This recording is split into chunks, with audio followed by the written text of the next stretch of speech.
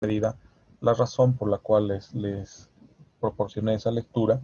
Hay varias, por cierto, relacionadas a tasas de interés, a las determinaciones que se tiene respecto a este ámbito y que en gran medida pues, condiciona la propia labor de regulación y de supervisión respecto a esas tasas, ¿no? Porque recuerdan cuando estábamos en la parte de antecedentes regulatorios, mencionábamos una etapa de represión financiera, ¿no? En la cual la labor de regulación se concentraba más que nada, o lo implícito, en una suerte de desaliento más bien de las operaciones financieras de carácter privado y que éstas se concentren necesariamente en la faceta del mismo Estado, ¿no? Que sea el Estado el único responsable del desarrollo de este tipo de actividades y no el sector privado. En ese sentido, vean cómo ahora, por efecto de la ley 393 y lo que vamos a ver hoy día de la Constitución, como que perfilamos también a ese sentido. Perfilamos no necesariamente una lógica de represión financiera, pero sí por lo menos una intromisión muy fuerte o una presencia muy fuerte, por lo menos así ha sido desde la vigencia de la 393 y antes de la Constitución, del Estado en el manejo económico-financiero del país. No solo en la determinación de política, sino también ya en un plano operativo, ¿no? En un plano específico que antes, por efecto del 21060, dejábamos eminentemente al mercado, ¿no? Es ahí donde realmente comienza a tener algo de énfasis nuestra percepción de cómo es que llega a operarse, por ejemplo, un tipo de cambio, ¿no? Y cómo se determinan las variaciones de las tasas de interés, no solamente bajo un criterio del valor del dinero en el tiempo o de las tasas de intercambio, sino también de otros factores que necesariamente se ponen de manifiesto, ¿no? Entonces, ahí la intencionalidad sobre todo es de que podamos ubicar qué particularidades denota desde un punto de vista técnico el desarrollo de una regulación financiera, ¿no? Que es uno de los puntos más complicados o conflictivos de lo que hoy evidenciamos en términos del manejo del Estado, ¿no? En lo que concierne en este sentido a la administración pública desde el punto de vista de la determinación de la función financiera ejercitada por el Estado y de la misma manera la función de regulación también ejercitada por el Estado. De ahí la importancia de que el ente regulador sea siempre un ente pues, independiente, ¿no? O por lo menos que se cumpla con esa recomendación de que preferentemente sea un órgano independiente. También les había pedido el día de ayer que comencemos un poco la revisión de la Constitución, de los parámetros establecidos en nuestro mandato constitucional en lo concerniente al sistema financiero o a la actividad financiera. Eso denota, por ejemplo, que desde el punto de vista constitucional le daremos un énfasis preponderante, o por lo menos una tónica particular, a lo que concierne a las funciones específicas a ser desarrolladas por parte del Estado en términos de regulación de las actividades financieras, inspección, vigilancia y control, la autorización requerida para desarrollar actividades y eventualmente un parámetro o una facultad de intervención que puede llegar a ejercitarse sobre el sector financiero. Circunstancia que se pone muy de manifiesto en lo que concierne, por ejemplo, a la labor, porque ya se vincula de manera directa a la labor a ser ejercitada por una entidad estatal en particular. Nos referimos a ASFI, ¿no? La Autoridad de Supervisión del Sistema Financiero Boliviano.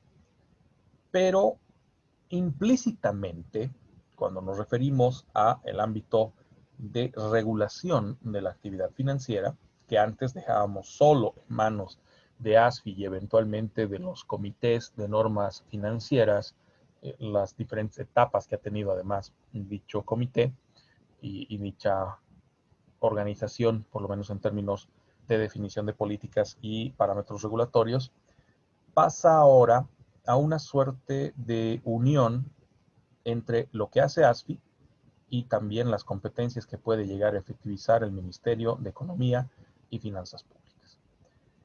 Supuestamente refrendado en el mandato constitucional, que es precisamente el que vamos a analizar en este momento, y en base a aquello tratar de entender una salvedad que ya fue enunciada hace algunos años en una revista muy interesante que es Libre Empresa, que hacía alusión al Ministerio de Economía y Finanzas Públicas como una suerte de rey chiquito.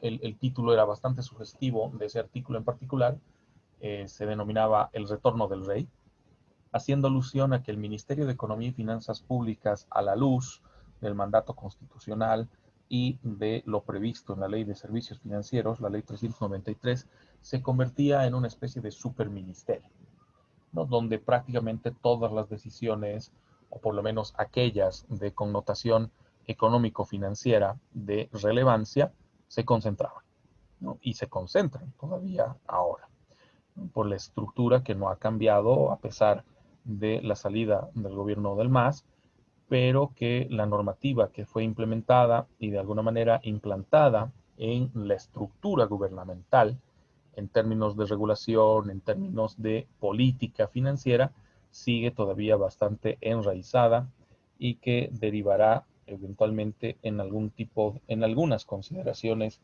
que podrán hacerse al respecto.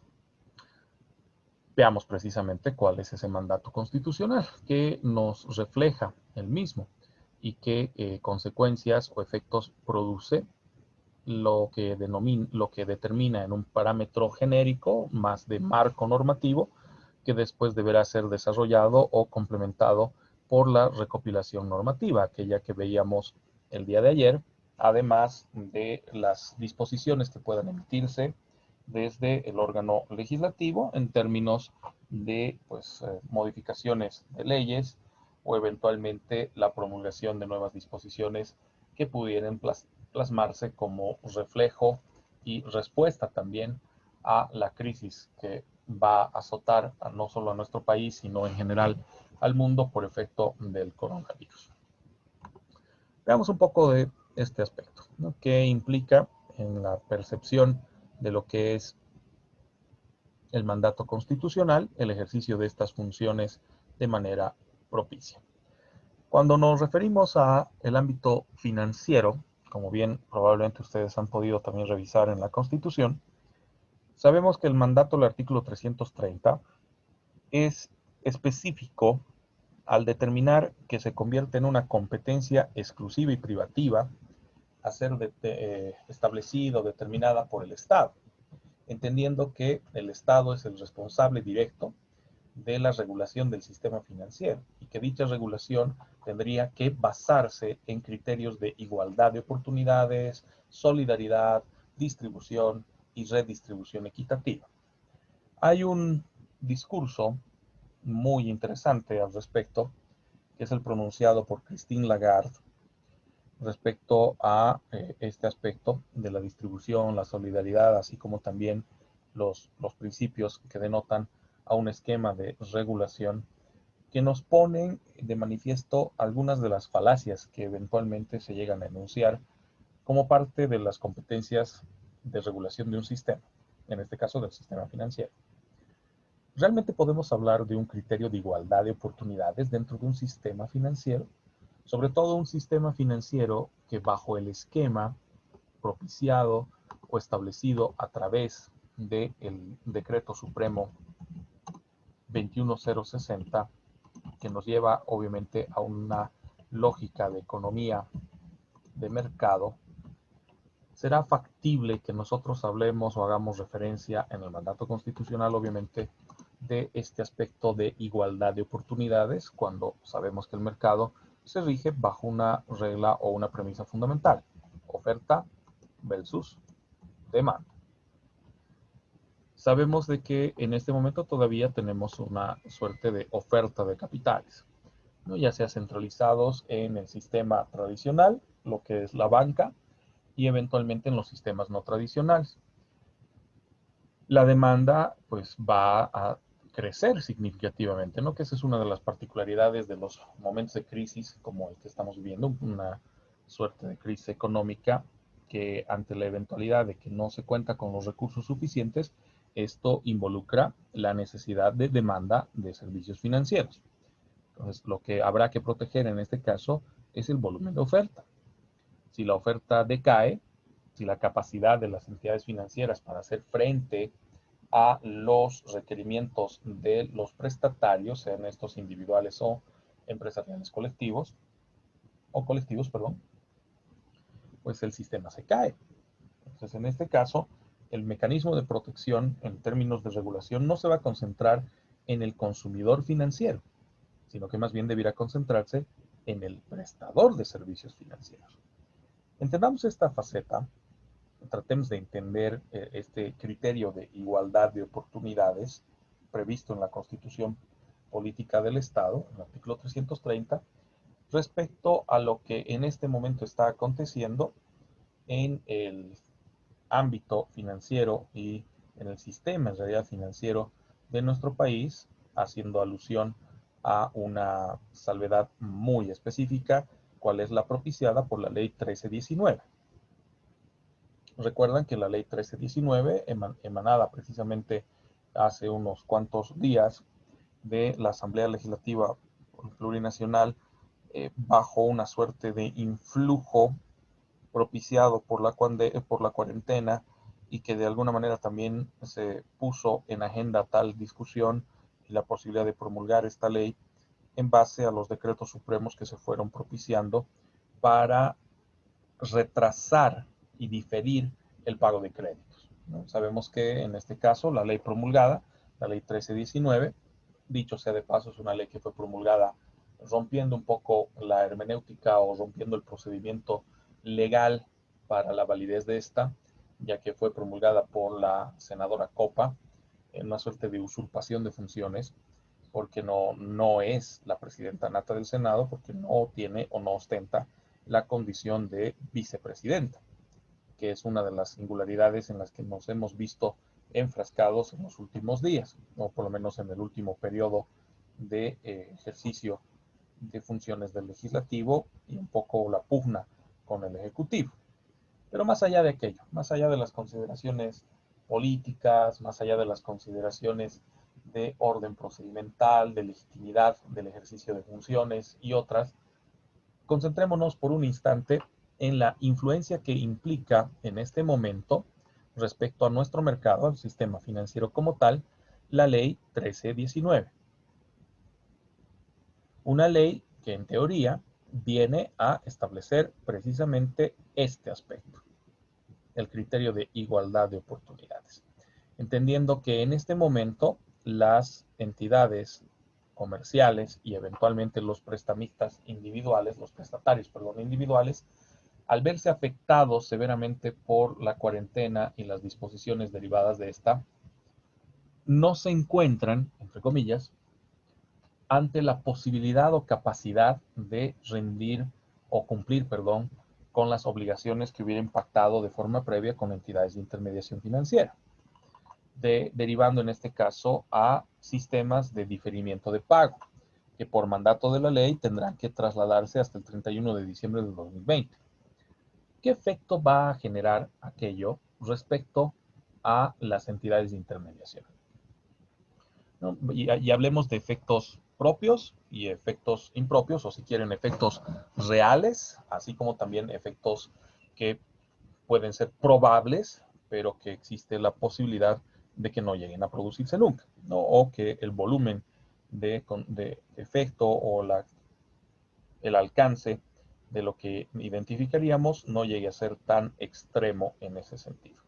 Tomando como referencia la lectura que han tenido, ¿qué tipo de consecuencia tendrá? Porque acá no es simplemente hablar de tasas, o sea, no es estar regulando tasas, sino sencillamente es el hecho de postergar el pago, que no vaya a efectivizarse un pago a favor de las entidades de intermediación, que de entrada, tomando como una referencia importante, muchos de esos pagos ya se han visto comprometidos o se han visto suspendidos desde el mes de marzo. O sea, desde marzo ya se ha producido una ruptura y en este momento nos encontramos en el mes de septiembre luego de cerca de 180, 190 días del ejercicio de la pandemia, y que nos ha puesto de manifiesto el hecho de que se vaya o se ha suspendido o se ha visto afectada una de las formas, uno de los mecanismos que tenía el sistema, sobre todo el tradicional, para captura de fondos, ¿no? Para generación de utilidades, lo que veíamos el día de ayer en el tema del spread bancario. ¿Realmente se justifica la ley 1319 bajo criterios de igualdad de oportunidades? Estamos ingresando, si quieren, en esa lógica de si yo pierdo, tú también pierdes, o cuál será la consecuencia o cuál será el fundamento también para que la ley 1319 se pueda manejar y que además sea exigible por parte del regulador financiero. ¿Tuvieron oportunidad de leer la ley 1319? No, la verdad es que no, no en particular, pero bueno, más allá de eso, me imagino que el hecho de no poder, de forzar, digamos, en pocas palabras, a las entidades de intermediación financiera a que no reciban los pagos va a producir, no creo que a la larga, yo creo que ya están probablemente en un estado de falta de liquidez y bueno, supongo que eso a la larga implicaría que no haya la posibilidad justamente de abrir mayores créditos, mayores fondos, mayores bonos para la gente, entonces no sé, es como si se las estuviera perjudicando. Creo que la intención puede llegar a ser bastante buena, ¿no? De evitar un pago que es casi imposible de realizar para muchas personas seguramente, pero probablemente la consecuencia de la larga sea que todos terminemos siendo afectados por la falta de liquidez justamente por parte de las entidades financieras. En un mercado donde la mayor parte de las operaciones descansan en el crédito formal e informal, el hecho de que se afecte los flujos y los volúmenes de ingreso del, del sector superavitario, sobre todo aquel que se encuentra en la capacidad de ofertar el capital a beneficio de quien lo demanda, pues sí generalmente trae consecuencias a corto, mediano y eventualmente largo plazo.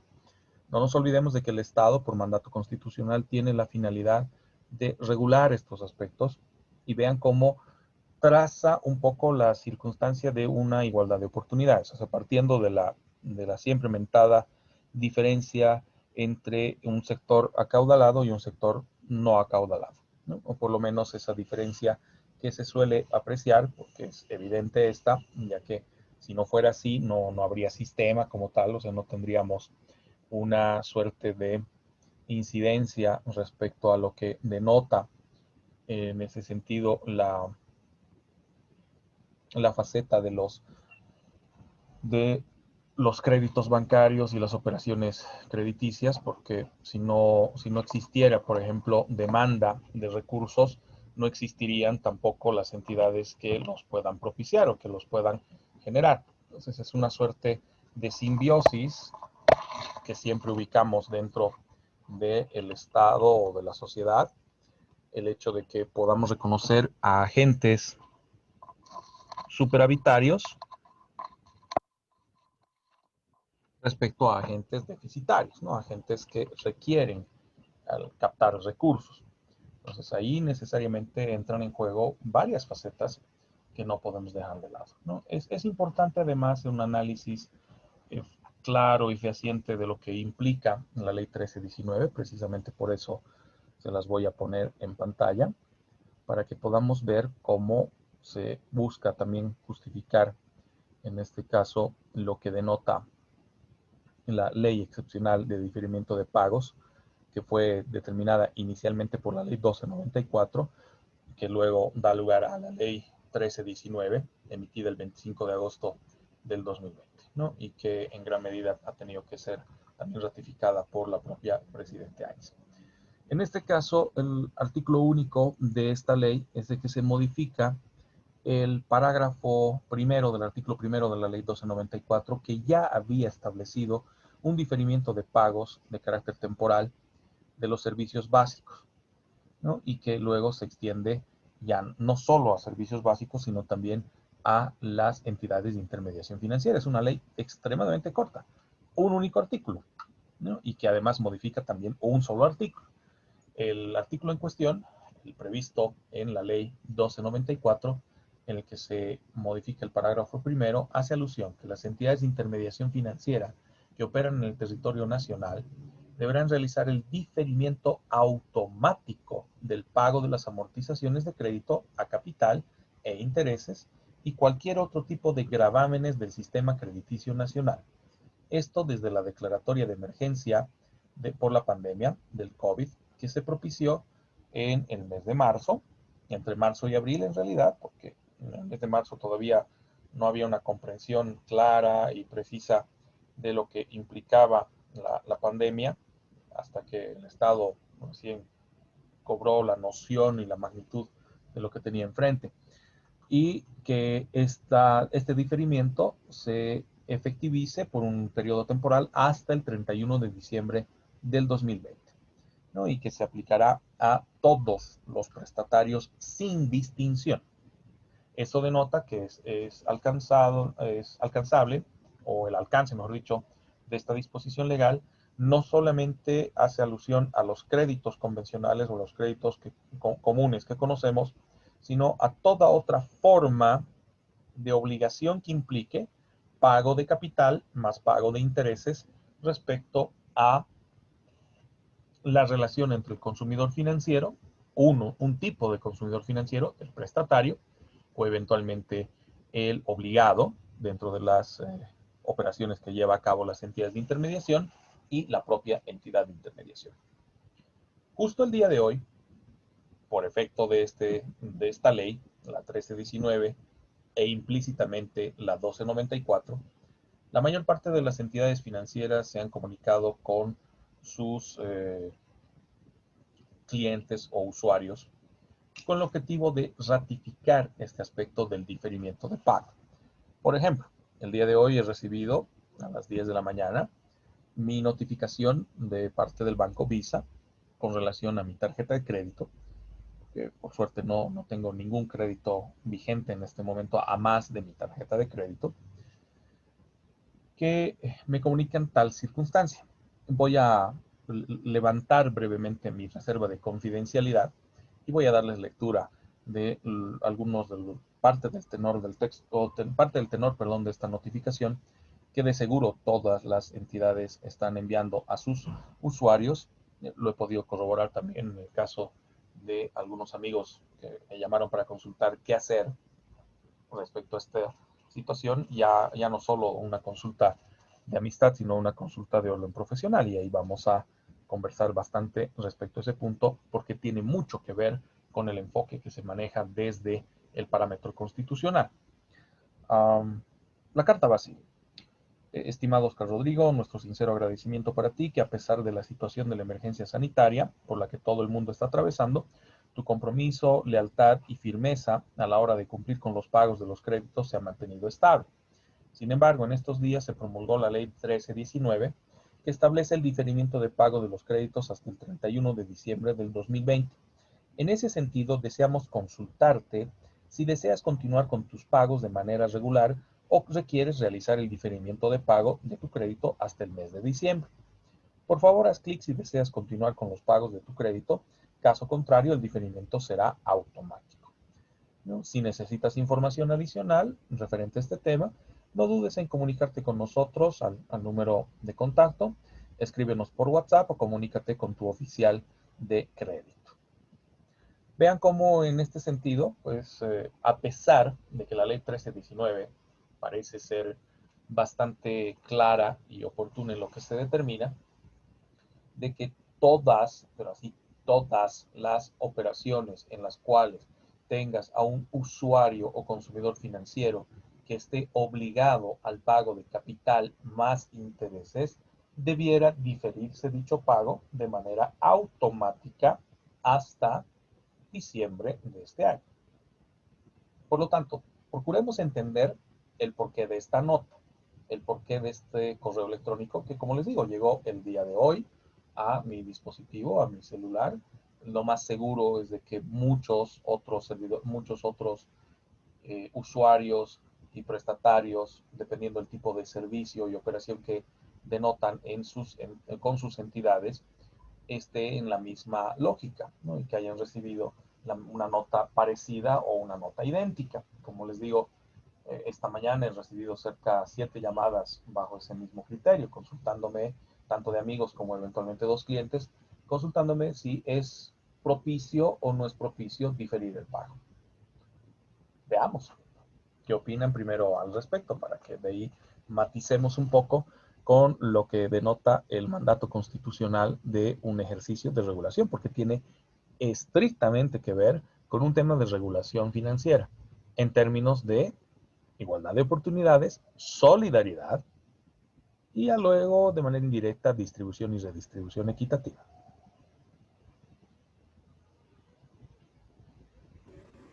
Me parece interesante que le hayan dado a usted la posibilidad de escoger entre si seguir pagando normalmente o no. Como usted decía, la ley es clara, dice que esto se debería aplicar a todos sin distinción, pero en pocas palabras el banco se estaría tomando la atribución de que sus propios clientes, no, ni siquiera sé si es la atribución, no está dando la posibilidad a sus clientes de definir si ellos se encuentran en la posibilidad de realizar los pagos, algo que me imagino sería muy positivo para el banco en vez de quedarse sin pago alguno sobre todas los créditos que corresponde que se le paguen justamente.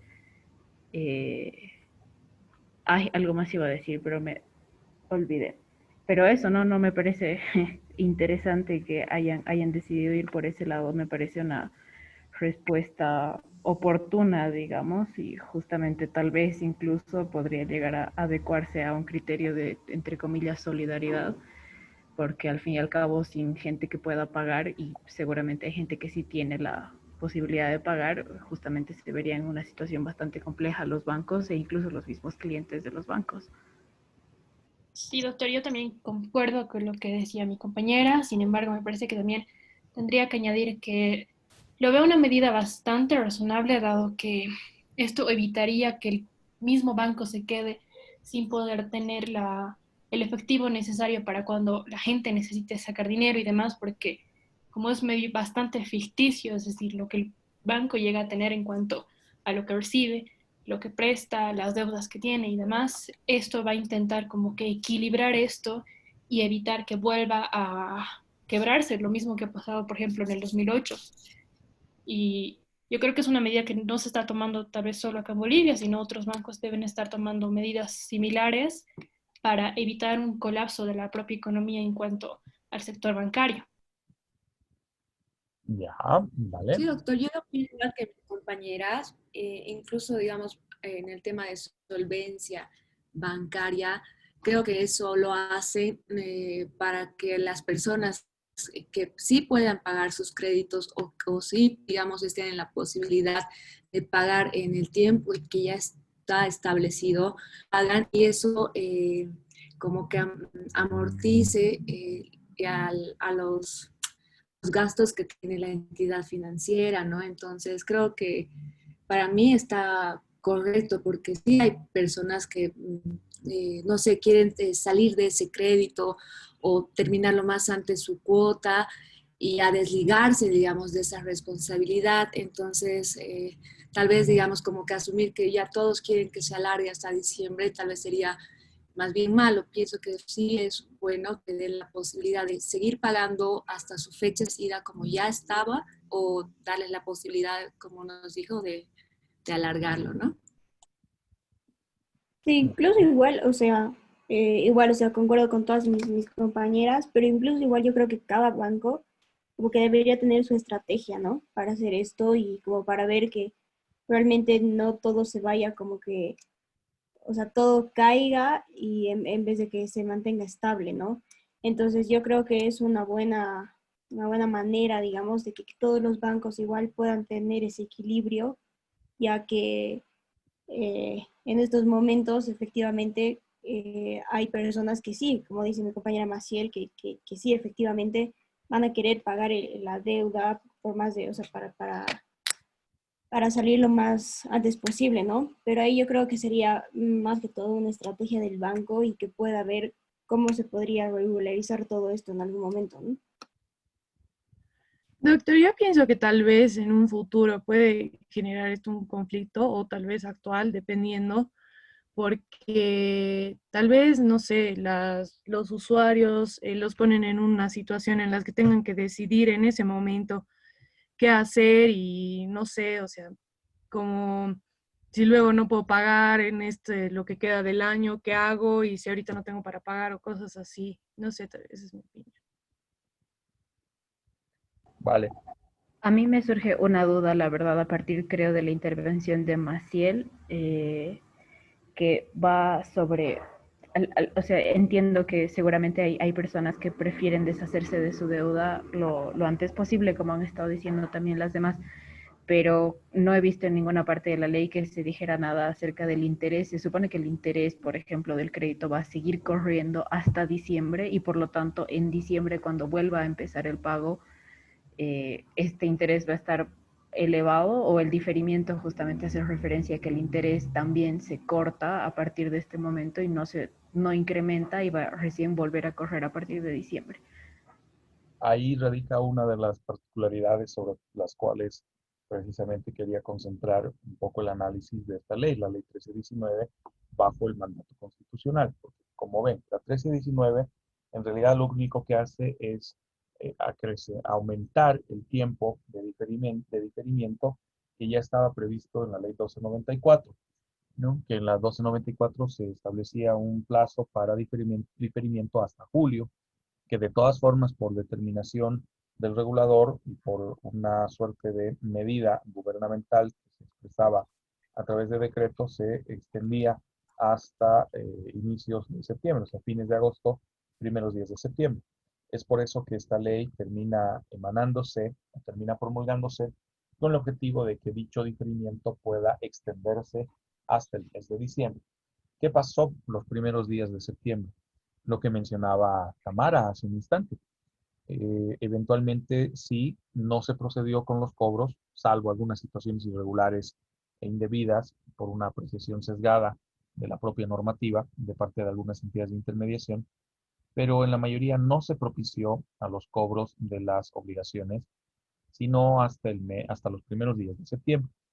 A partir de los primeros días de este mes, muchos prestatarios, muchos deudores, comenzaron a recibir ya sea comunicaciones de sus ejecutivos de cuenta o eventualmente pues llamadas telefónicas inclusive de los ejecutivos con el objetivo de establecer una nueva liquidación respecto a las obligaciones todavía impagas, pero que eventualmente tendrían que llegar a cancelarse. Y de la misma forma, el hecho de poder ver una suerte de renegociación de créditos cuando corresponda en términos de ampliación de plazo para el cumplimiento de la obligación.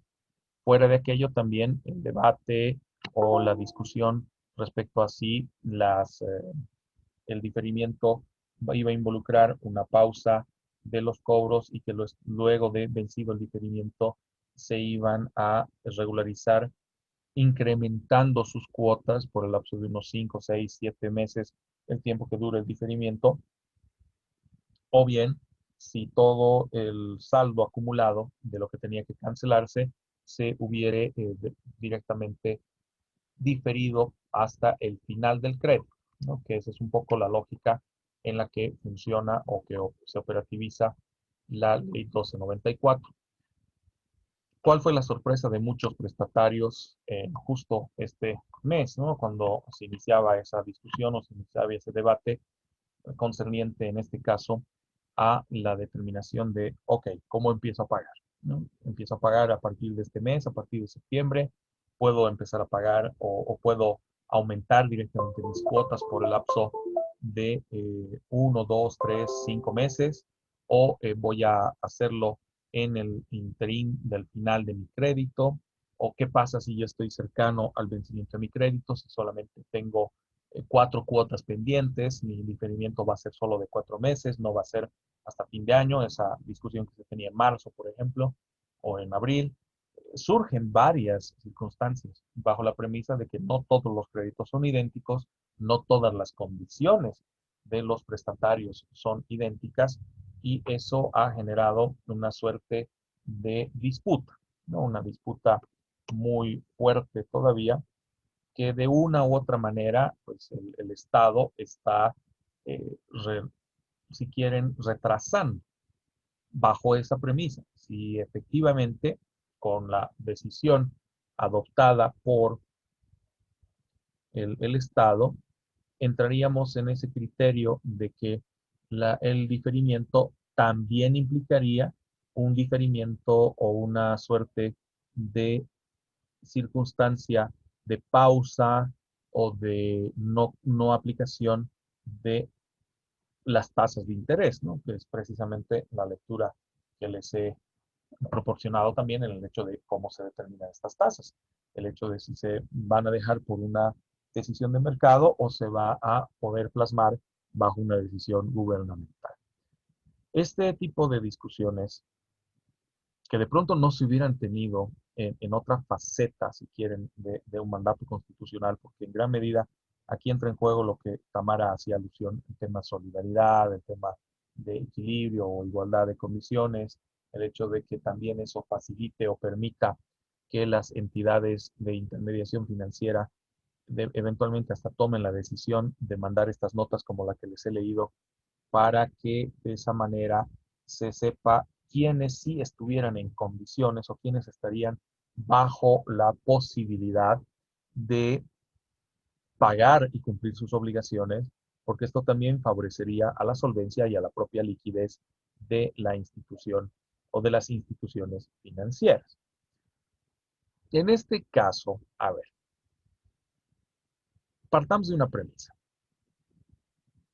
Lo acontecido en nuestro país entre 1970, incluso podríamos hablar desde el 65, hasta 1985, y eventualmente las postrimerías del cambio por el 21060 con 1993, 1994, cuando todavía se propiciaron los descalabros financieros de Pinza, Orcobol y otras, traía consigo esa discusión respecto del manejo y la gestión de las reservas y del nivel de solvencia y liquidez de una entidad financiera.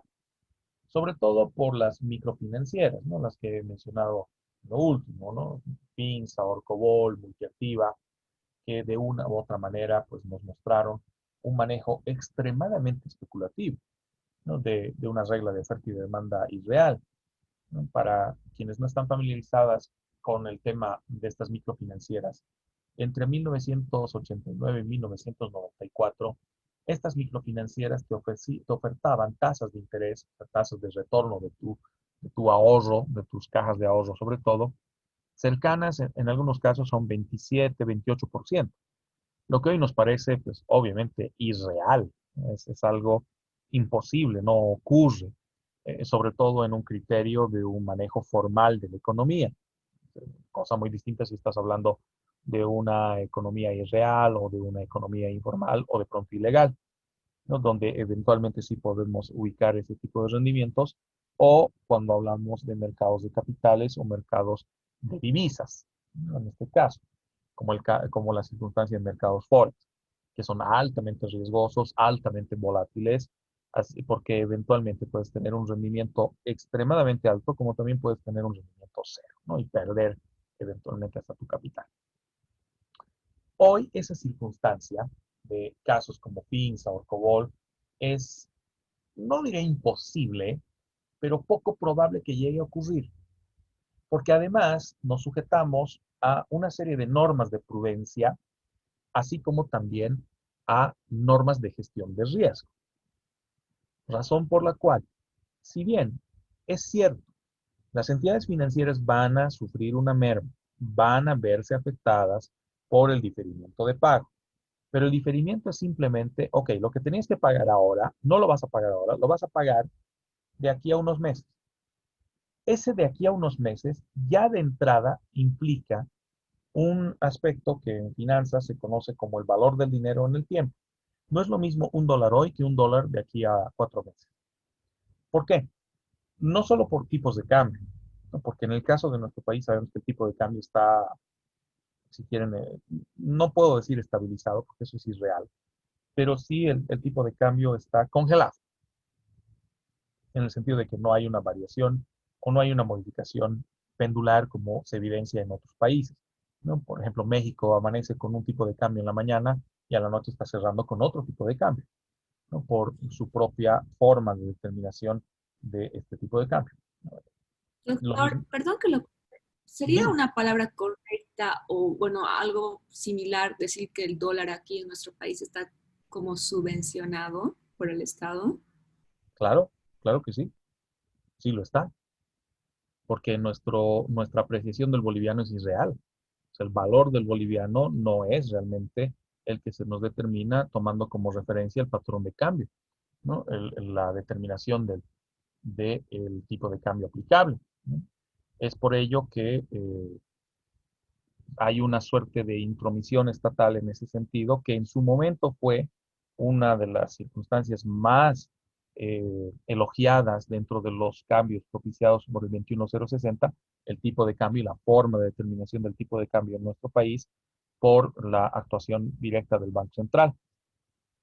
A diferencia de lo que acontece con otras realidades donde, como les digo, es extremadamente fluctuante, ¿no?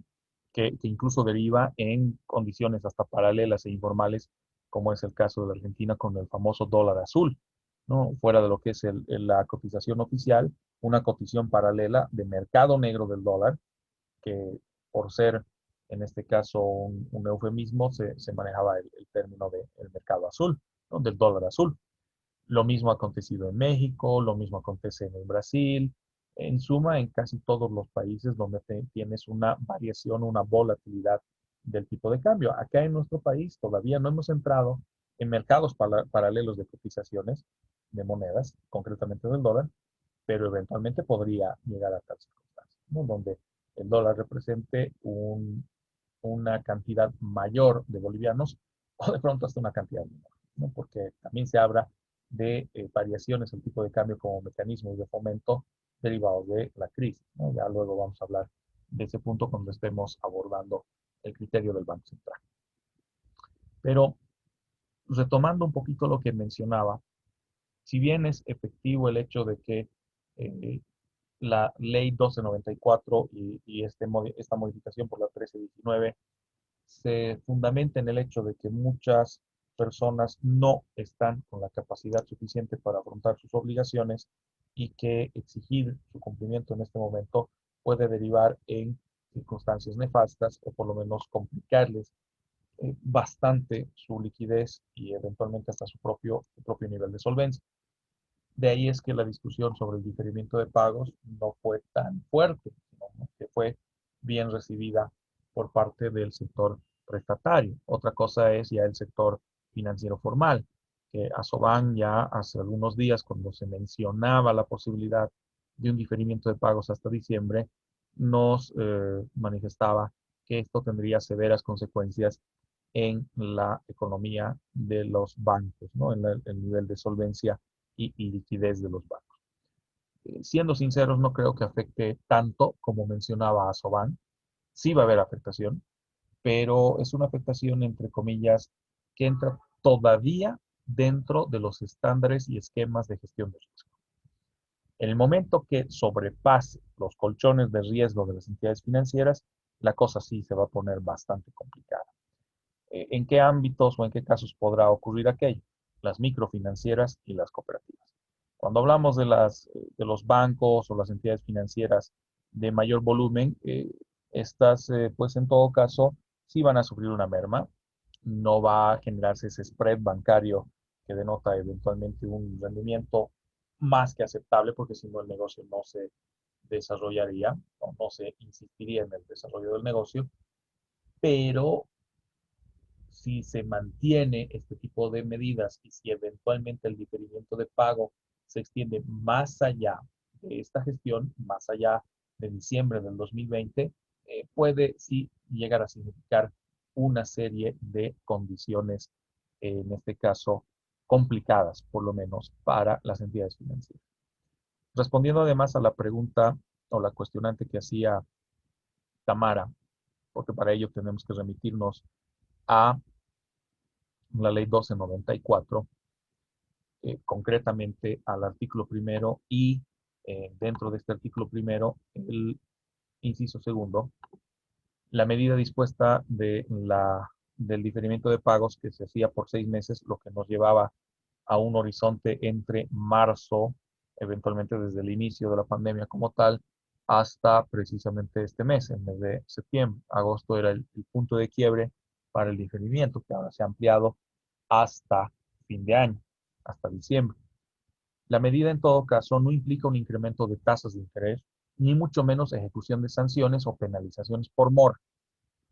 Y de manera específica se señala que se prohíbe el anatocismo. Aquí entra en juego una singularidad bastante interesante. El anatocismo está permitido en un régimen comercial. Se encuentra proscrito, se encuentra prohibido en el ámbito del régimen civil. Pero en el régimen comercial no solo está permitido, sino que hasta se alienta el anatocismo, ¿no? Bajo la premisa de que la utilidad o la rentabilidad que se genera en el mismo mercado, o en este caso en las entidades de intermediación financiera, descansa en gran medida en la posibilidad de generar interés sobre el interés, que esta es un poquito las singularidades de lo que se denota con respecto a el diferimiento de pago, la gran discusión. O sea, si el interés que yo tenía que pagar cuando cumplía el pago de manera efectiva era uno, y que al no pagar la cuota correspondiente se puede ver incrementado por multa, por penalización por mora y otros factores, no debiera bajo ninguna circunstancia permitirse el, la capitalización de intereses, el hecho de que el interés se vuelva capital y que para la siguiente cuota ya no se calcule solo sobre la base anterior, sino esa base incrementada, lo que genera mayor interés. Eso se conoce como anatocismo. ¿Por qué les manifiesto esto? Porque así como ahora hemos recibido esta nota consultándonos si estamos en la capacidad de seguir pagando o no, a principio de mes muchos prestatarios, sobre todo deudores del sistema crediticio, no tanto tarjetas de crédito porque tienen una operación muy particular, como la de mi caso, los usuarios del sistema crediticio tradicional comenzaron a recibir liquidaciones. Y esas liquidaciones estaban precisamente condicionadas por el anatocismo. El problema es de que nuestro consumidor financiero, en gran medida, no conoce sus derechos, no sabe qué facultades tiene en base a la norma. Y algunos, inclusive, mucho antes de que se pueda emitir la ley de diferimiento de pagos, decidieron pagar. ¿Y qué sorpresa se llevaron? Que había un incremento de 25, 27, 30, 40, hasta unos 60, 70, en el peor de los casos unos 90 bolivianos adicionales a sus cuotas, o por lo menos unos 7 a 15 dólares más en las cuotas pactadas para su crédito. Y la pregunta era, ¿y de dónde se ha generado esto si no podía haberse establecido ningún tipo de sanción o penalización? Pues sencillamente se operó un anatocismo. En otras palabras, se ha incumplido la ley 1294 y con exitud o por extensión la ley 1319, ¿no? Para quienes ya pagaron. El problema para quienes ya pagaron es de que van a tener que llevar a cabo un procedimiento de sanción, tendrán que recurrir a ASFI para que este ente de regulación castigue eventualmente a la entidad financiera que ha incumplido con el mandato de la ley 1294, incluyendo un interés sobre interés con la capitalización de los intereses que se generaban y luego de la sanción proceda a la devolución, ¿no? Pero este procedimiento administrativo, pues para efectivizarse, tiene que, eh, tiene que iniciarse por instancia fácil. No puede ser de oficio, aunque eventualmente ASFI podría tener una suerte de control cruzado de la información que envía la entidad financiera, podría por lo menos identificar que probablemente se haya tenido una aplicación de anatocismo cuando ésta está directamente prohibida por el mandato de la ley 1294. Por si acaso, esa prohibición es temporal, porque la esencia de las operaciones crediticias en el sistema financiero, o por lo menos en un régimen comercial, luego financiero, es de que el anatocismo es perfectamente posible y es legal. Pequeños detalles respecto a lo que se determina en el caso de la Ley 1294 y la Ley 1329, que me pareció oportuno poner de manifiesto justo en este punto, en el que hacemos alusión a las particularidades que la Constitución determina o que la Constitución plantea respecto a el sistema financiero, ¿no? Y recae sobre todo en lo que mencionaba Tamara, en el aspecto de la solidaridad, lo propio también el hecho de una suerte de medida de pronto razonable, el hecho de diferir, pero también permitir implícitamente, porque no está prohibido, el hecho de que las entidades financieras puedan valorar con cada usuario o con cada cliente si se encuentra o no con capacidad de pago para que no exista un nivel de afectación mayor. A eso se llama previsión. A eso se llama un manejo de gestión de riesgos basados en previsión, ¿no? De esta manera, las entidades financieras están de alguna manera previsionando ante un panorama que pudiera llegar a propiciarse.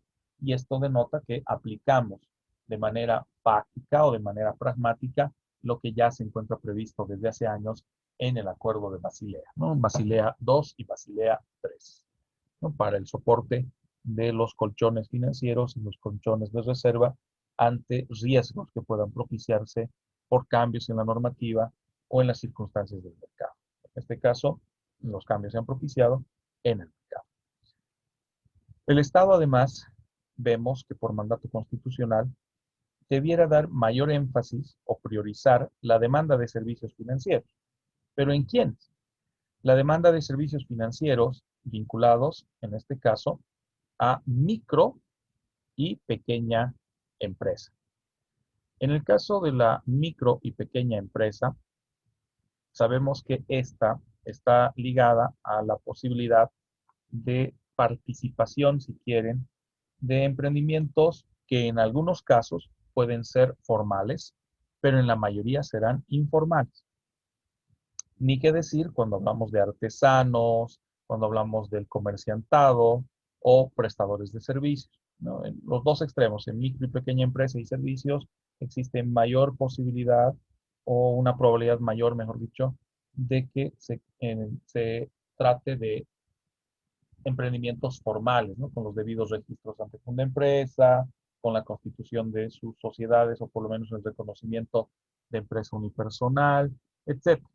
A diferencia de lo que acontece con otros sectores como el de artesanía, comercio, organizaciones comunitarias, cooperativas de producción, que muchas de ellas suelen ser bastante informales. También con la salvedad de las cooperativas que se vinculan a cumplimiento de requisitos previstos en la Ley de Sociedades Cooperativas y sus decretos reglamentarios. Pareciera en el mandato de la Constitución una apuesta más hacia el sector informal, entendiendo que al ser un sector informal muchas veces está desligado o de alguna manera pues proscrito, algo que no es del todo cierto, pero realmente se anuncia que sí, que se encontrara proscrito de la obtención de servicios o el poder acceder a servicios financieros, ¿no? Y en este caso a productos derivados de dichos servicios financieros, créditos y demás. Sin embargo, para todos no es un secreto que eventualmente la Ley de Servicios Financieros, bajo ese criterio de igualdad de oportunidades que determina la Constitución, ha abierto esa brecha para que aquellos sectores que inicialmente no debieran ser contemplados, no debieran ser valorados como sujetos de crédito, hoy lo sean. No solo por el hecho de que cuenten con la capacidad económica como para hacer frente a dichas obligaciones, sino inclusive por el propio mandato de la normativa, ya que la Constitución prevé que el sistema financiero y el sistema regulatorio de dicho sistema, valga la redundancia, tenga que dar prioridad o tenga que por lo menos permitir el acceso a servicios financieros de estos sectores. Esto se ha manejado bajo un criterio o un principio de democratización del sistema financiero, la posibilidad de acceder a oportunidades de financiamiento, oportunidades de crédito y otras circunstancias análogas. Pero de pronto lo que voy a decir va a sonar un tanto fuerte. Eso es algo que va en contra de la propia esencia de un sistema financiero, porque el sistema financiero requiere, eventualmente debe ser discriminador, por la sencilla razón de que la determinación para que un individuo o una empresa sea considerada o sea considerado sujeto de crédito descansa en su nivel de solvencia y en su liquidez, que son factores que van más allá del hecho de que sean sectores favorecidos o priorizados o que no lo sean. Y eso también entra en juego a un esquema bastante informal. La artesanía en nuestro país, la gran mayoría, deriva de actividades informales. La actividad comercial, pues según los últimos datos y los últimos reportes que tenemos de Banco Mundial y otros organismos, la economía informal en Bolivia está rondando más o menos el 83-85% de la proporción de empresas y emprendimientos informales versus formales.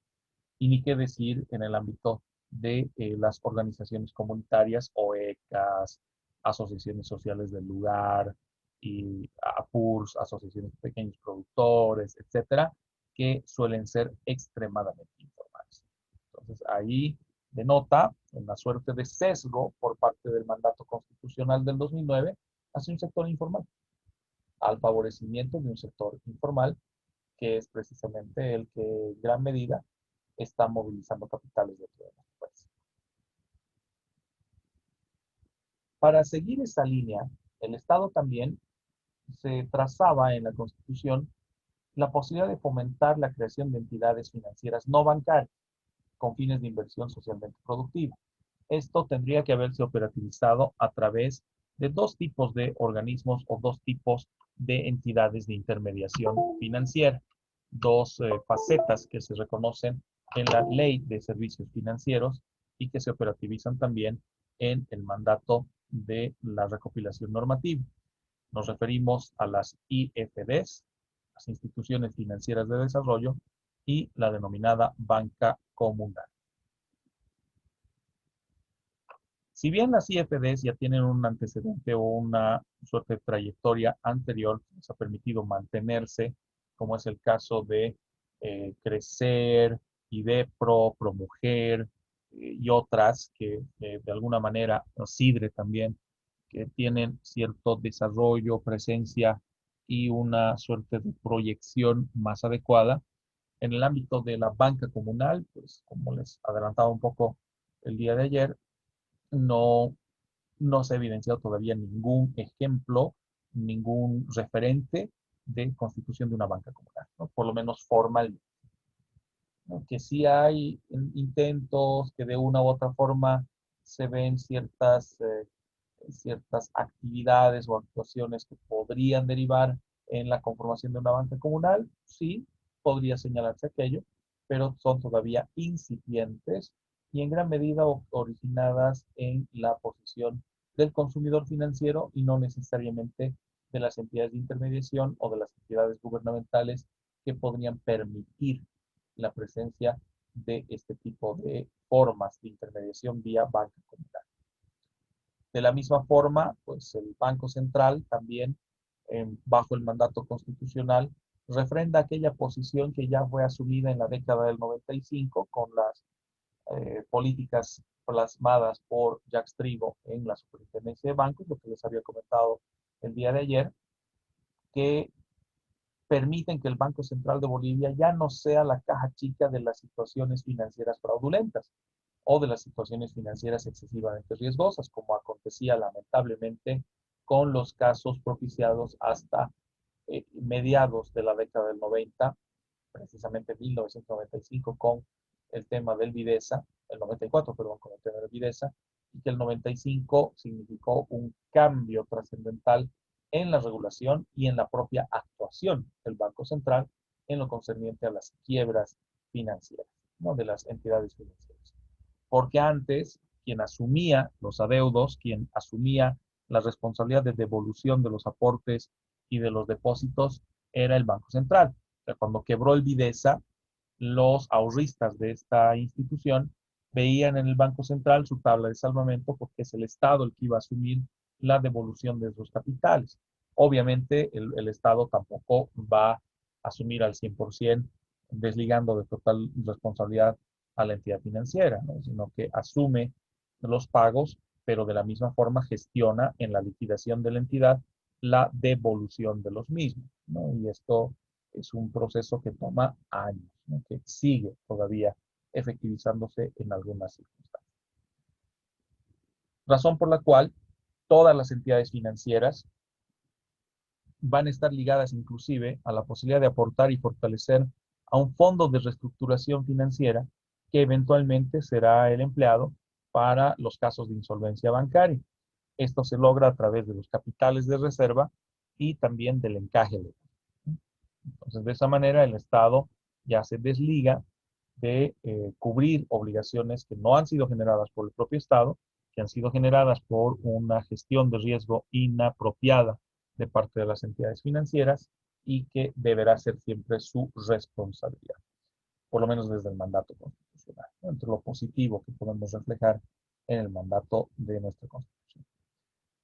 Desde el punto de vista, además, de las operaciones financieras efectivizadas por el Estado, se entiende que éstas puedan llevarse a cabo en los diferentes niveles de gobierno y que preferentemente deberán ser realizadas ante entidades bancarias públicas. Ojo, a la fecha no tenemos banca pública a más del Banco de Desarrollo Productivo, el BDP. El Banco Unión, por si acaso, no es un banco público.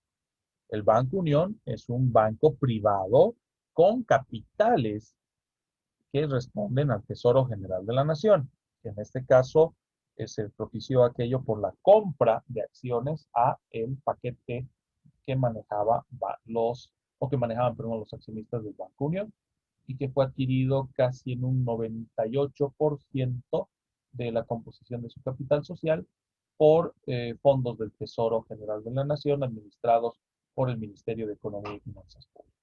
Pero eso no ha convertido al Banco Unión en un banco público. Sigue siendo un banco comercial, sigue siendo un banco múltiple con la regulación propicia en ese sentido. Ni siquiera podemos hablar de una sociedad de economía.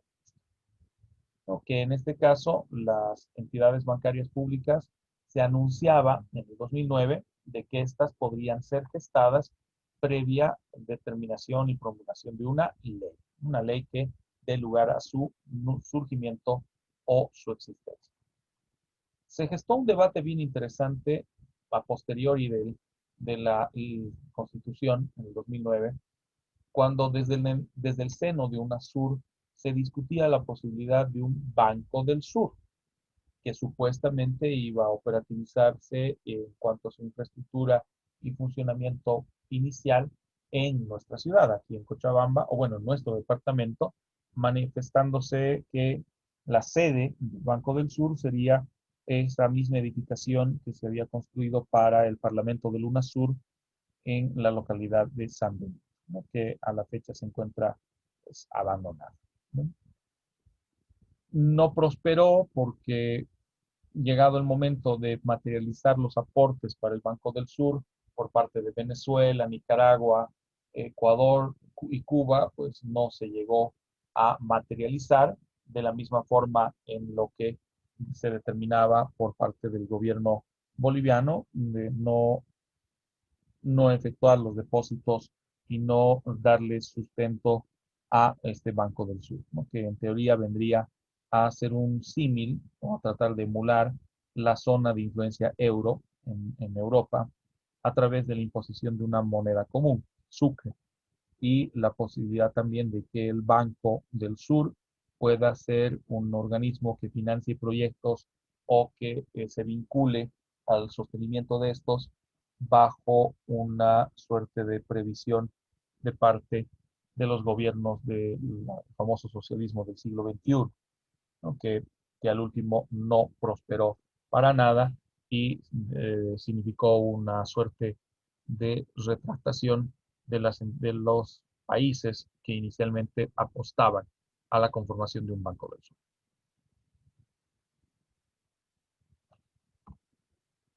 De la misma forma, ya cuando nos referimos a las actividades de intermediación financiera, así como la prestación de servicios, junto a otras actividades que podrían relacionarse con el manejo y aprovechamiento de inversión y del ahorro, en otras palabras, del manejo del sector superavitario, que vayan a ser ejercidas por parte de entidades de intermediación que cuenten con la debida autorización emitida por los entes de regulación en el Estado.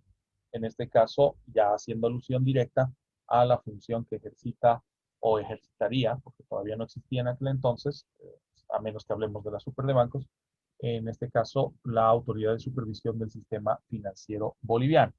ASFI tiene por misión, dentro de las múltiples funciones y atribuciones que se le reconoce por ley, la posibilidad de autorizar el desarrollo de labores de intermediación financiera, ¿no? Que en este caso son circunscritas al cumplimiento de una serie de condiciones para que dicha intermediación pueda llegar a ser efectiva.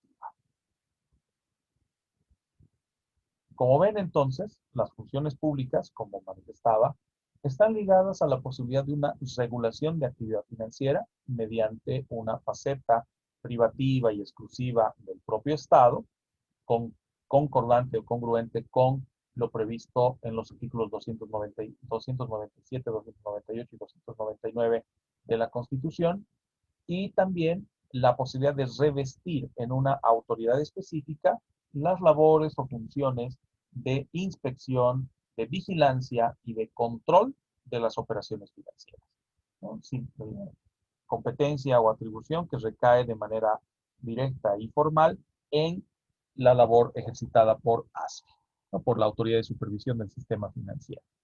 De la misma forma, esta inspección, vigilancia y control da lugar a la facultad de autorización para realizar actividades financieras.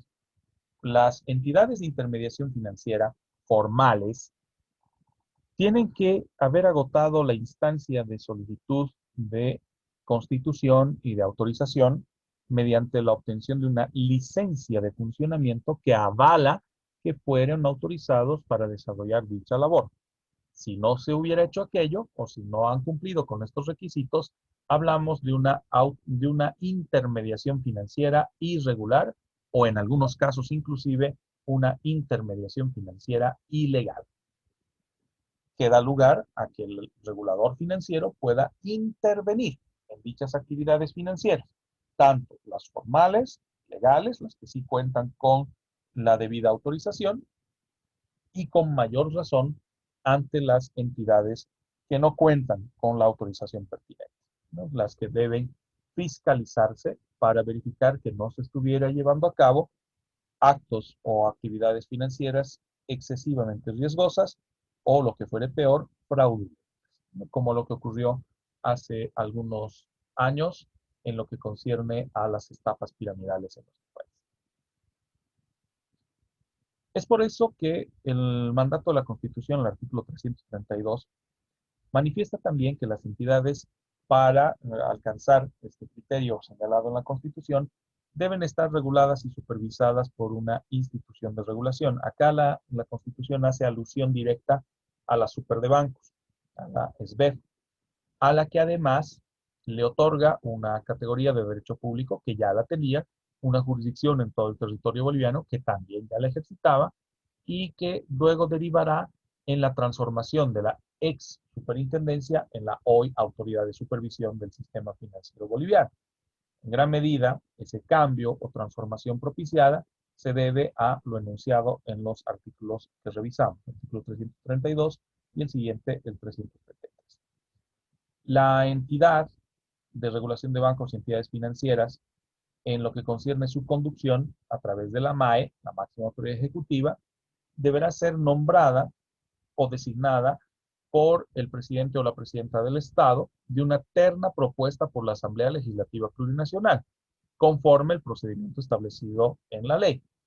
Lo llamativo Desde el 2009, de manera directa, por hacer una referencia específica a lo que se determina como alcance de la norma, bien sabemos que este aspecto previsto en la Constitución no se está cumpliendo. Sencillamente, la determinación o el nombramiento de la máxima autoridad ejecutiva, perdón, vamos a volver, ahí está.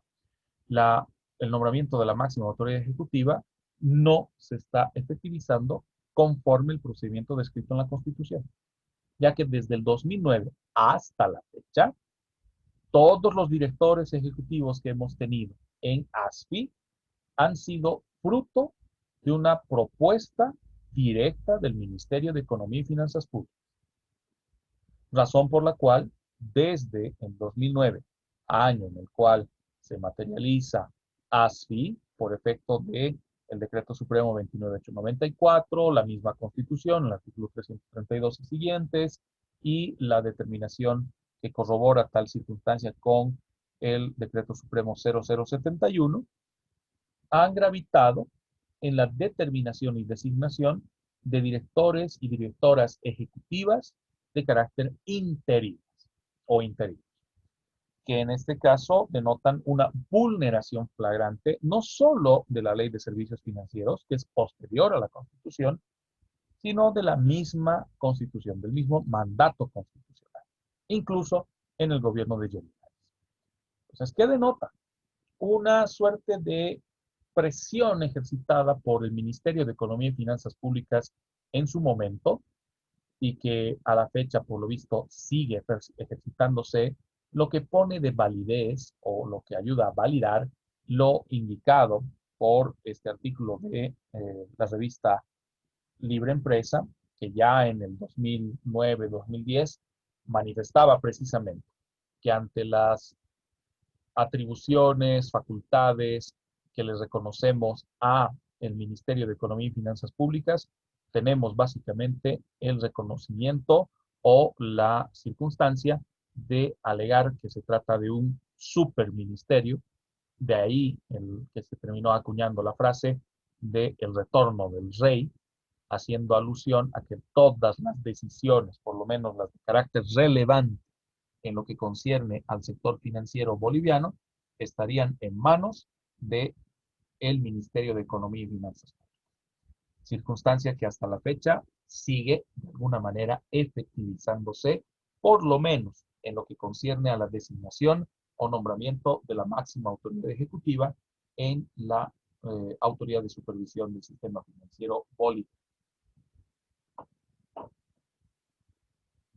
Un pequeño detalle respecto a lo que determina o establece la propia Constitución Política del Estado y cómo se termina operativizando este aspecto.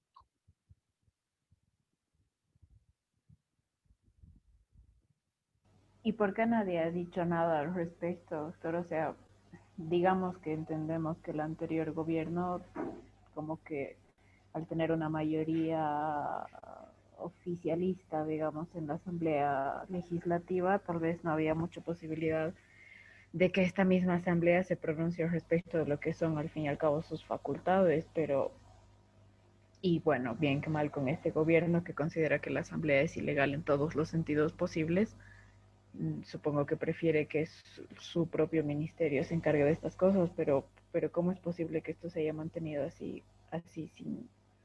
sin modificación? Porque se supone, y la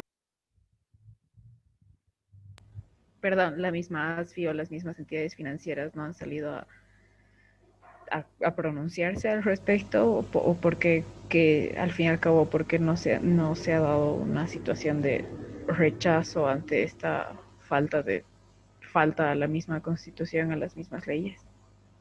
Pragmatismo puro. La respuesta es así de categórica.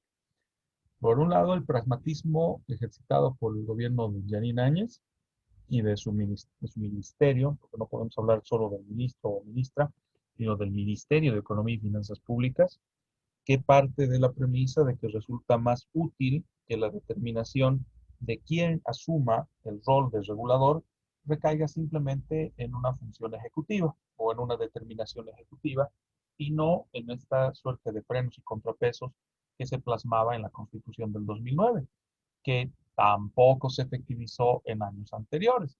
Como les digo, desde su surgimiento, desde la primera ocasión en la cual tuvimos una directora, perdón, primero fue un director ejecutivo, después una de sus jefas de departamento, Lenny Valdivia, asumió el rol de directora ejecutiva de ASFI, que además estuvo en varias gestiones como directora ejecutiva, incluso un periodo en el cual dejó en manos de su segunda al mando la condición de dirección ejecutiva cuando estuvo como ministra de Transparencia y que al cesar en la condición de ministra de Transparencia volvió a ASFI, ¿no? Muchos nos hacíamos la burla inclusive señalando de que su segunda al mando lo que hizo fue pues guardarle la silla para evitar que pierda la oportunidad de retorno a la dirección ejecutiva.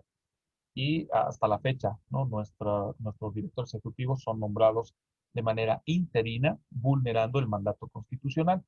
Las entidades financieras, bien, gracias, en una lógica de pragmatismo absoluto, el hecho de dejar hacer, dejar pasar, y mientras no los afecte de manera directa o inmediata, prefieren mantener una distancia prudente, por así decirlo, del cumplimiento de la propia norma, ¿no? Entendiendo de que no son ellos los que incumplen, pero sí implícitamente favorecen al incumplimiento de la Constitución.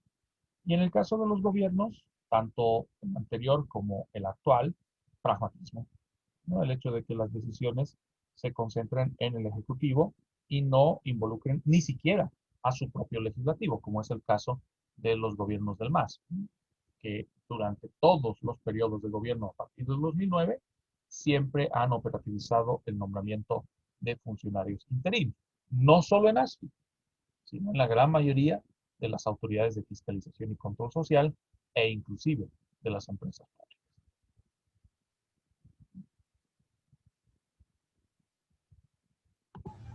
Viva Bolivia nada más, ¿no?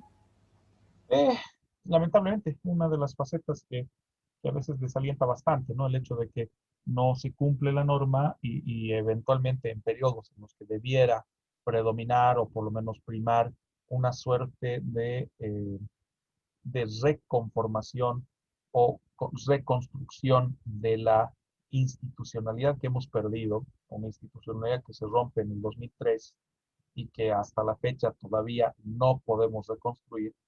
Uno, porque no era la intención de gobierno, me refiero al gobierno del MAS, y dos, porque las capacidades de este gobierno de Janine Áñez, por lo visto, han sido sobrepasadas por la magnitud de los hechos, no trae de manifiesto un escenario muy, pero muy propicio en ese sentido.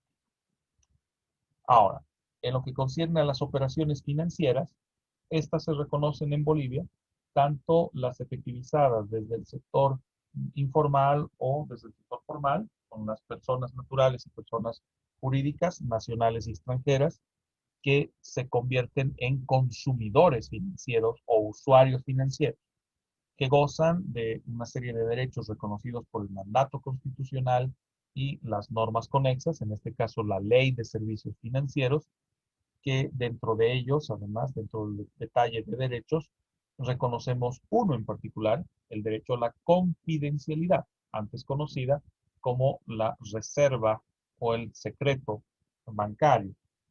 En todo caso, la reserva de confidencialidad actual, el derecho de confidencialidad, solo puede ser levantado bajo criterios de procesos judiciales o en los casos en los que se presuma la comisión de delitos financieros y que se estén investigando a través de la previsión de la ley 004.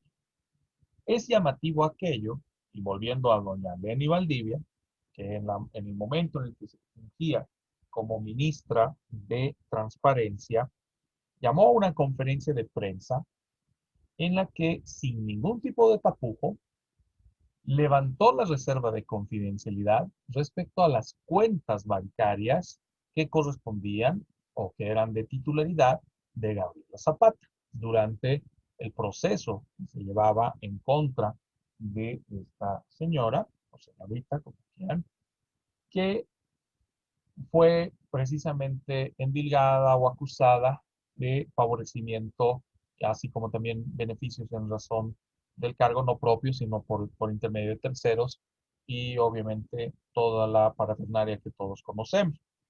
Más allá del aspecto del proceso o no contra Gabriela Zapata, lo llamativo fue la actuación de Leni Valdivia, ex directora ejecutiva de ASFI, que no tuvo ningún reparo en revelar información confidencial en una conferencia de prensa en un proceso que todavía se encontraba en ciernes. O sea, no es un proceso culminado, no era un proceso con sentencia, sino que, pues, en una suerte de demostración de cierta eh, practicidad y además eficiencia de parte del Estado, se mostraba información que vulneraba derechos de Gabriela Zapata en su momento y de terceras personas. Lo lamentable es de que lo hacía una ex directora ejecutiva que, a pesar de este hecho, volvió a ser designada por el ministro Arce Catacora, otra circunstancia irregular, porque el último periodo de mandato de Leni Valdivia se refrendó mediante resolución ministerial, ni siquiera por decreto presidencial, al entender que es una facultad del presidente la de nombrar a la máxima autoridad ejecutiva de ASO, para que vean un poquito de los antecedentes de cumplimiento e incumplimiento del mandato constitucional. Ahora, cuando nos referimos a las operaciones financieras y eventualmente los derechos que van a ser aparejados a ellas, las instancias llamadas por ley a investigar actos que pudieran tener relación con un ámbito ilícito o ilegal y que además estuvieran circunscritas a operaciones de carácter financiero, podrán ser en todo momento procesadas o investigadas, y dichas autoridades podrán acceder a la información de respaldo de todas las operaciones financieras, inclusive sin autorización judicial. Esto sí ha generado una controversia bastante alta en lo que concierne al artículo 333 de la Constitución, ya que comúnmente y antiguamente, cuando se hablaba del secreto bancario en la aplicación de la ley 1488, la ley de bancos y entidades financieras, se establecía que para levantar el secreto bancario necesariamente tenías que encontrarte en un proceso jurisdiccional y máximo en un proceso administrativo de régimen tributario, ¿no? Una resolución determinativa o una investigación de deuda para determinación tributaria, ¿no? Determinación de obligación tributaria. Pero con la determinación adoptada por la Constitución Política del Estado, cualquier autoridad, más allá de la condición de Ministerio Público, el ámbito de la judicatura o de orden judicial y eventualmente régimen tributario, podrá, bajo la premisa de una suerte de investigación de fortunas, por ejemplo, en la aplicación de la ley 004, solicitar o requerir que se levante la reserva de confidencialidad sin necesidad de actuación judicial o de actuación administrativa. ¿Qué denota? Una comisión del Senado o de la Cámara de Diputados o de la Asamblea Legislativa Plurinacional, que se conforme con el objetivo de investigar hechos probables de corrupción o hechos probables de blanqueo de capitales o lavado de dólares o cualquier otra actividad financiera ilícita, podrá, con justificación o no, requerir que se levante la reserva de confidencialidad. Y ese con justificación o no era precisamente lo que se convertía en una suerte de amenaza de carácter política respecto al manejo de la reserva de confidencialidad. Porque la Asamblea, dominada por el MAS hasta el año pasado, y bueno, todavía ahora con una fuerte presencia del MAS, puede ejercitar esta tuición, puede ejercitar esta facultad derivada del propio mandato constitucional. Una circunstancia que siempre se ha criticado como excesiva, por lo menos en lo que concierne a la operativización de esta salvedad por parte del Estado. Circunstancia que no, no deja de ser razonable en cuanto a la crítica efectivizada, ¿no?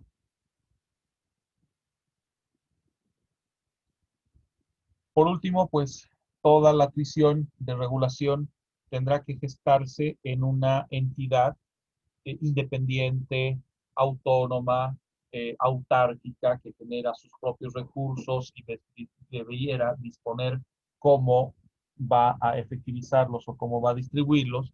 Digo debiera porque en gran medida ha vuelto a ser una dependencia del Ministerio de Economía y Finanzas Públicas desde el nombramiento de su máxima autoridad hasta incluso el desarrollo de sus funciones y atribuciones, algo que, contrariando las recomendaciones de la OCDE o de organismos internacionales de regulación y fiscalización que recomiendan parámetros de fiscalización y regulación, pues sabemos que ha habido un franco retroceso de lo que eran las superintendencias, en este caso la super de bancos y la Intendencia de Valores de la Superintendencia de Pensiones, Valores y Seguros, que integran hoy ASFI, en una suerte de retroceso de su carácter autónomo e independiente, circunstancia que vamos a abordar ya el día viernes y luego complementaremos el día martes que viene para entender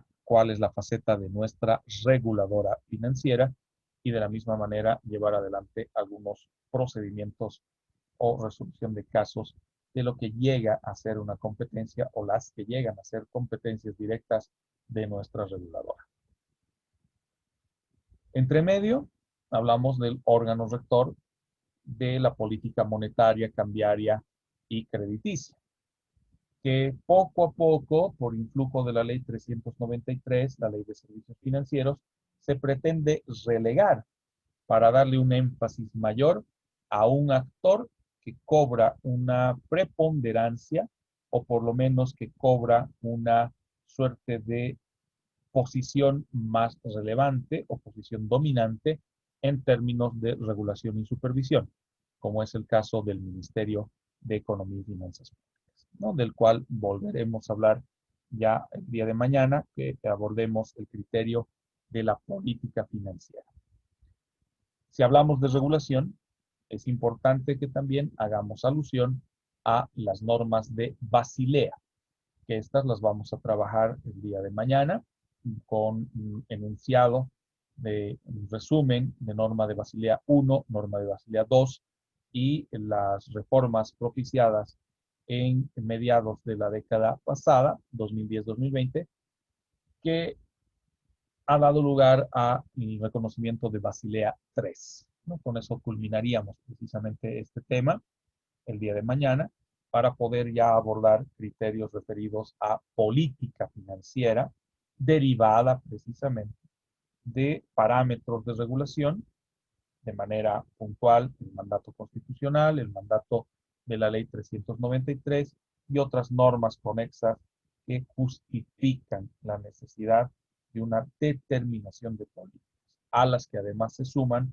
recomendaciones o acuerdos de orden internacional, ¿no? Las que evidenciamos o los que evidenciamos bajo el esquema de Basilea I, Basilea II y Basilea III, ¿no? Que son los que abordaremos el día de mañana. No quiero terminar la clase sin dejar de hacerles la consulta nuevamente respecto a sus opiniones con relación a la lectura propiciada. En este caso he visto que ya han comenzado a colocar sus opiniones, incluso hay una consulta, una pregunta de Tamara en lo que es nuestro foro, que vamos a procurar además responderla en este instante.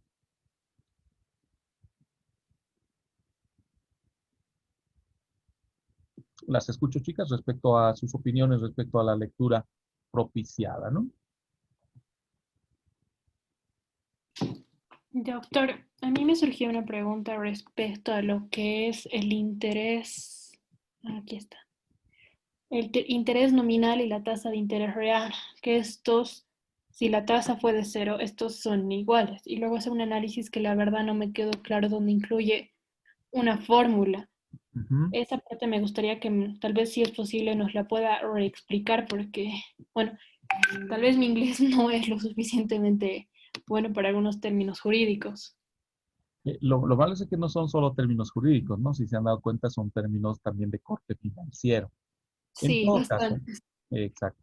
Generalmente siempre que hablamos de las tasas de interés, siempre hacemos referencia a las tasas nominales, ¿no? Y aquí entra en juego en el ámbito boliviano, porque hay que traducirlo también al ámbito boliviano.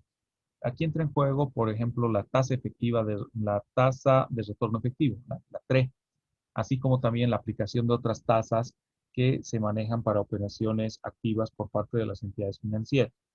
Comúnmente, cuando nosotros estamos en el desarrollo de una operación financiera, o por lo menos estamos en lo que involucra una operación financiera, sabemos que la obligación como tal va a implicar la devolución de capital por parte del deudor y calculado en base a ese capital, ligado en este caso al periodo de vigencia del propio crédito, tenemos la determinación de su tasa de interés. Pero esta tasa de interés, por lo menos en la determinación que se hace al momento de gestar la operación crediticia, es una tasa de interés nominal. Es una tasa de interés que todavía no es real. ¿De qué va a depender que esa tasa se modifique o no se modifique? Varios factores. Uno de ellos, el propio cumplimiento del deudor. Ahí entra en juego lo que es aplicación de multas, sanciones, interés sobre interés, la capitalización de intereses, etc. Y en el otro extremo, las modificaciones o las fluctuaciones, en realidad, de mercado, que en el régimen financiero manejamos bajo el criterio de gestión de riesgo. Involucra riesgo crediticio, riesgo monetario, riesgo cambiario, etc., ¿no? Todas las circunstancias que denotan que eventualmente las condiciones pactadas hoy puede que no sean las mismas de aquí a un mes, de aquí a 3 meses, a 6 meses, un año, 2 años, 5 años, 10 años, etcétera, ¿no? Dependiendo la vigencia y duración del crédito. Por lo tanto, a esa tasa nominal, la tasa de interés de carácter nominal, se le van sumando modificaciones que se puedan propiciar, como en el caso boliviano, a través de la TRE, perdón, la tasa de retorno efectivo, u otras tasas que lo que miden es la volatilidad o la fluctuación de precios en el mercado y su incidencia en las operaciones financieras.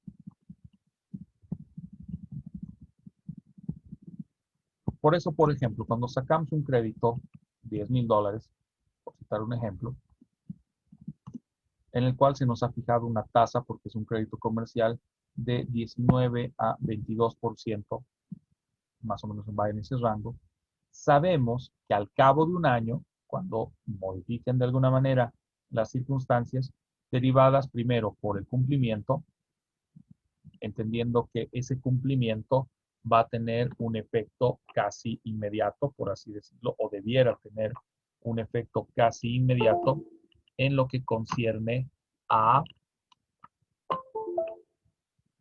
la disminución del, perdón,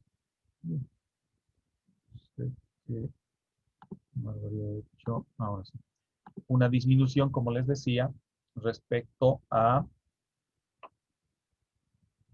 el volumen de capital, porque el capital, por el cumplimiento del deudor, comienza a decaer, o sea, comienza a bajar los montos o los saldos de capital por pagar, asumiendo que durante el lapso del año ha sido cumplido, y eventualmente también esto repercute de forma indirecta en el interés calculado, ¿no? Porque a menor volumen de capital, la determinación de interés también es variable, comienza a decaer, siempre y cuando haya habido cumplimiento.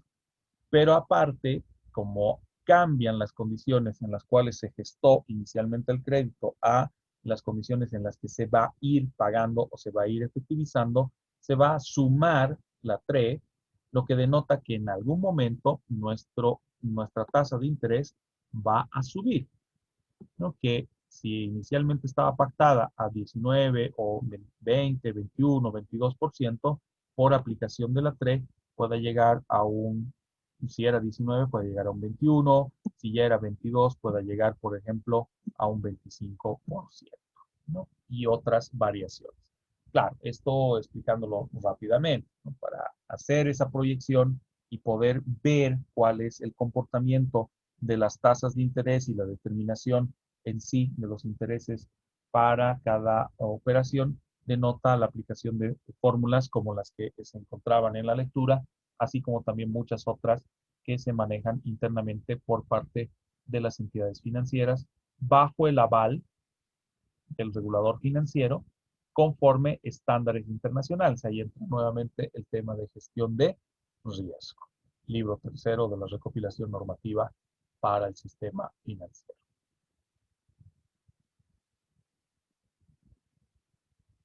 No sé si tienen alguna otra consulta. Doctor, yo tengo una, no sé si la tengo que poner en el foro Si o gustas, la claro que sí, puedo hacer porque ahora. como ha hecho Tamara, también puede ser ahora, como gustes, no hay ningún problema. Ya, no sé si estoy en lo correcto, doctor, pero en esa parte donde decía que los gobiernos, digamos, alientan al Banco Central, sobre todo, a incrementar la oferta monetaria para reducir el impacto del déficit en las tasas de interés, ¿verdad? Ajá. Pero hacer esto, o sea, incentivar a que el Banco Central haga esto a largo plazo, ¿no aumentaría, digamos, el nivel de precios y todo eso? Claro, te generaría inflación, tienes mayor circulante. Aparte de Porque se eso, hacía a corto plazo, habría, digamos, una inversión, también consumo, pero a largo habría ese otro problemita, ¿no? claro, pues no hay inflación. Lo que pasa es de que estas medidas, a veces de inyección de capitales que se tienen con el objetivo de favorecer la capacidad de respuesta de parte de prestatarios y del sector formal o informal al cumplimiento de sus obligaciones crediticias, eh, implícitamente también denota una suerte de incremento de la posibilidad de inflación, a menos que vayan aparejadas con otras medidas de estabilidad que tengan por objetivo también capturar los mismos recursos que se colocan en el mercado, ¿no? Que esto es un poquito del juego del Banco Central en el sentido de liberar recursos, pero también de la misma forma capturarlos, ¿no? Para tener de alguna manera contenida la inflación. Va muy ligada a la consulta que nos hacía, por ejemplo, Tamara en el mismo foro.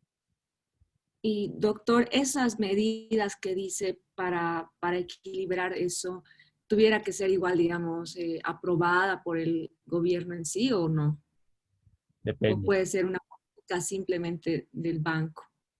Es que ahí entra también una de las intromisiones a las cuales hacíamos alusión por parte del Ministerio de Economía y Finanzas Públicas.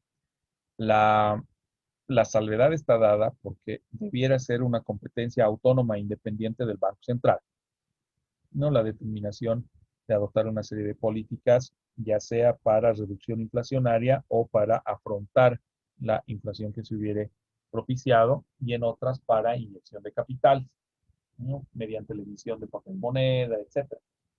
En todo caso, esas decisiones, si bien podrían de alguna manera requerirse la justificación por parte de los reguladores o por parte del propio Ministerio de Economía y Finanzas Públicas, tendría que ser siempre una facultad potestativa, independiente y autónoma ejercitada por Banco Central. El problema es que la ley de servicios financieros actual, vulnerando en gran medida lo dispuesto por la ley del Banco Central, permite que el Ministerio de Economía y Finanzas Públicas primero fiscalice las decisiones emanadas del Banco Central y en algunos casos hasta termine forzando que el Banco Central tome ciertas determinaciones. Y en otra circunstancia de pronto mucho más deleznable, el hecho de que el Ministerio de Economía y Finanzas Públicas se aboque competencias que le corresponden de manera directa al Banco Central y que no debieron ser ejecutadas por el Ministerio. Ok, doctor. Gracias. No hay de qué.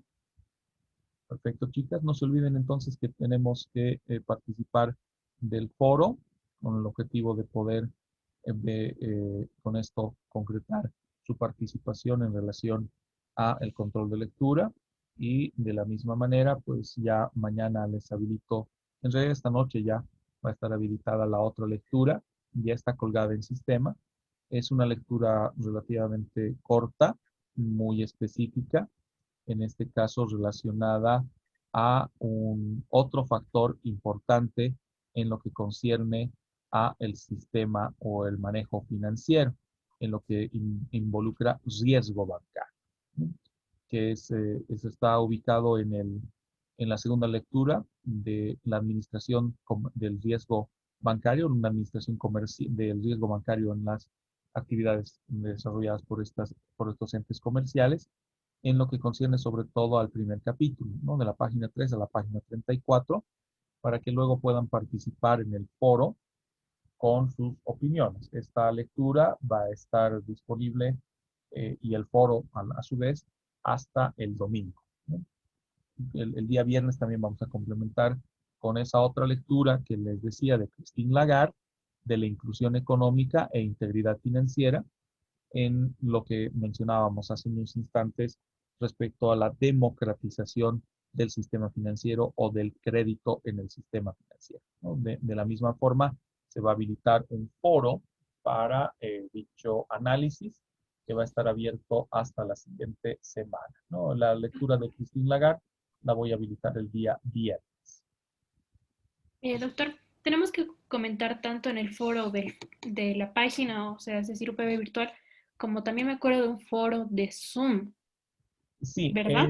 los comentarios que vamos a hacer respecto a las lecturas, la primera y esta segunda, se van a efectuar el día viernes. El día viernes, allá, porque iba a ser mediante este chat, porque me quedé con esa duda de cómo iba a ser mediante Zoom. Sí, va a ser precisamente terminando lo que es el avance de política financiera, porque ya mañana vamos a ver un poquito más de lo que es Basilea, vamos a terminar con Basilea y de ahí entramos a lo que es política financiera. Estaba, la verdad, tentado a darles un pequeño trabajo de norma de Basilea, en este caso Basilea 3, pero como este se concentra bastante en lo que es gestión de riesgo, se iban a complicar mucho, ¿no? O las iba a complicar mucho. Que en todo caso iba a ser en vez de la lectura de el discurso de Christine Lagarde, ¿no? La presidenta del Fondo Monetario Internacional. Eh, yo creo que vamos a modificar un poquito eso. Estoy viendo otra lectura un poco más sencilla para Basilea, para darles un pequeño trabajo, no necesariamente toda la norma, porque es una norma extremadamente técnica, ¿no? Ahí sí van a encontrar por lo menos una treintena de fórmulas para comprender lo que es gestión de riesgo, apalancamiento, coeficiente de adecuación patrimonial y otras que, si bien se manejan en nuestro país, este criterio responde más a un manejo de ingeniería financiera, ¿no? O no tanto del orden jurídico legal, pero sí hay una incidencia regulatoria de Basilea que nos interesa abordar. Por eso estoy en pos de facilitarles otra lectura para que podamos hacer un trabajo. En este caso ya no va a ser un foro, tampoco un análisis como inicialmente había previsto, porque va a ser muy complejo, porque partía esa previsión inicial en la salvedad de que este curso podía haber sido mixto, ¿no? De que tengamos presencia de estudiantes de ingeniería financiera aparte de estudiantes de derecho, ¿no? Entonces ahí podíamos haber hecho grupos combinados para que toda la parte técnica pueda ser más fácil de asimilar con la participación de los chicos o chicas de ingeniería financiera. Entonces eso lo estoy reformulando, lo estoy replanteando para que resulte ser más asequible para nuestro campo, ¿no?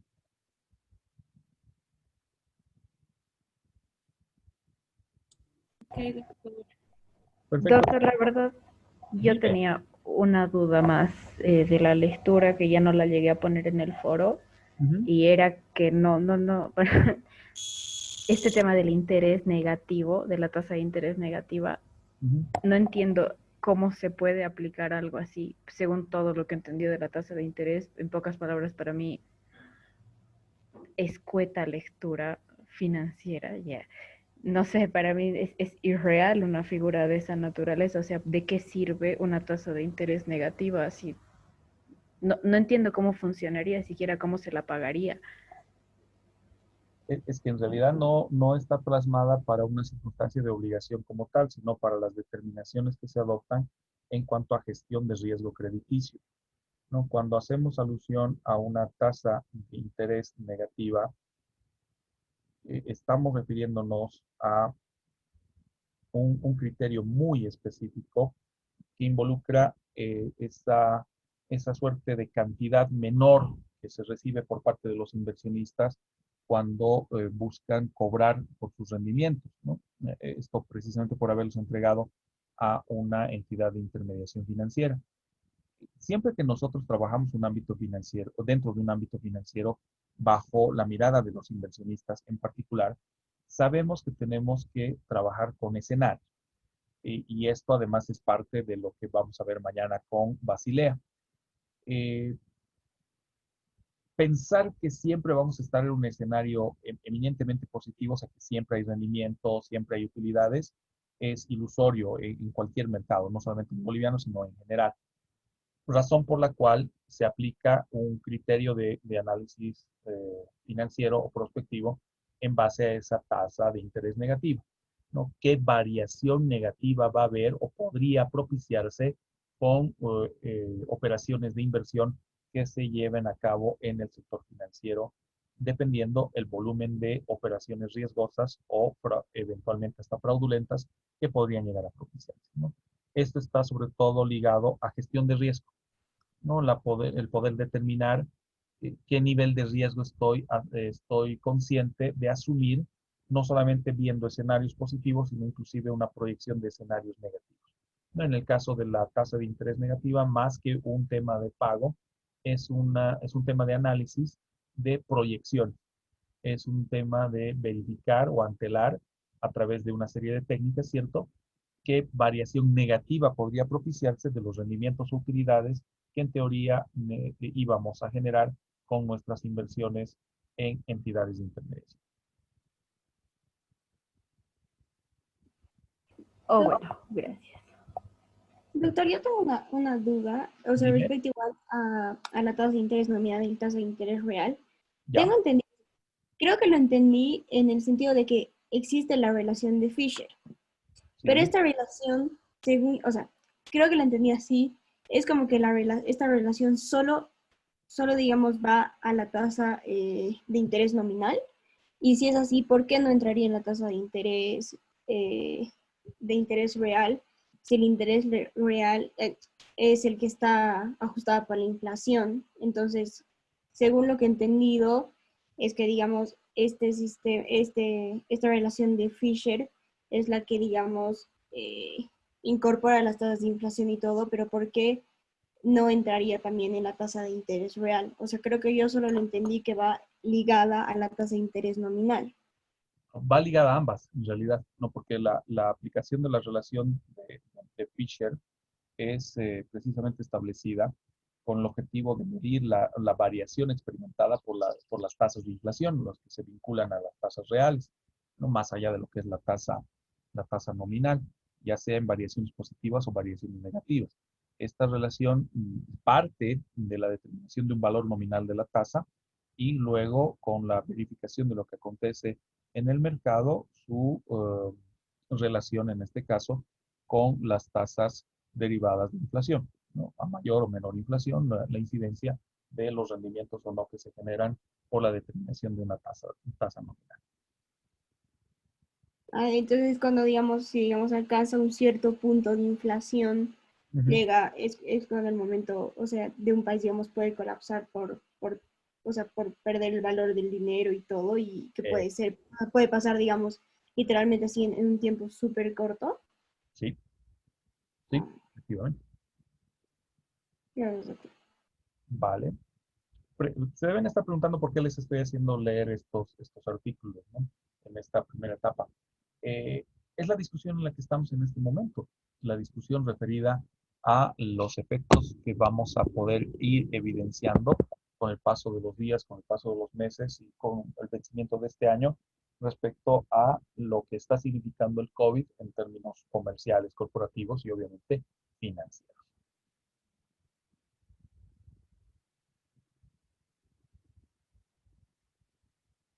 Perfecto, chicas.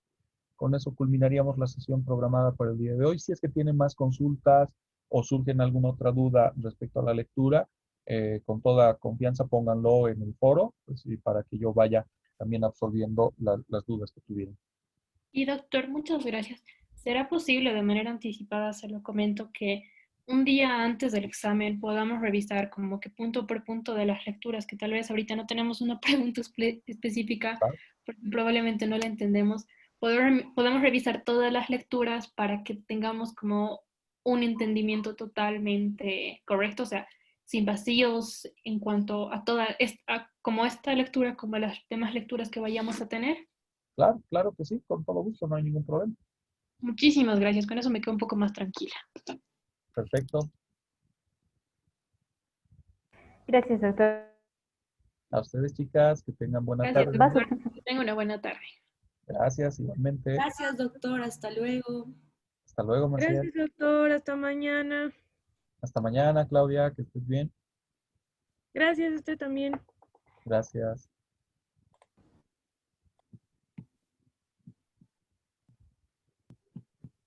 Hasta luego, Cami. Hasta luego, doctor. Mi computadora no sé por qué para cerrar no, nunca cierra. A veces, Finalizar internet. a veces se cuelga. Sí, es un afán con Zoom a veces. Pierde Sí, cuidado, no te preocupes. gracias, doctor. Perfecto, hasta mañana. Mañana.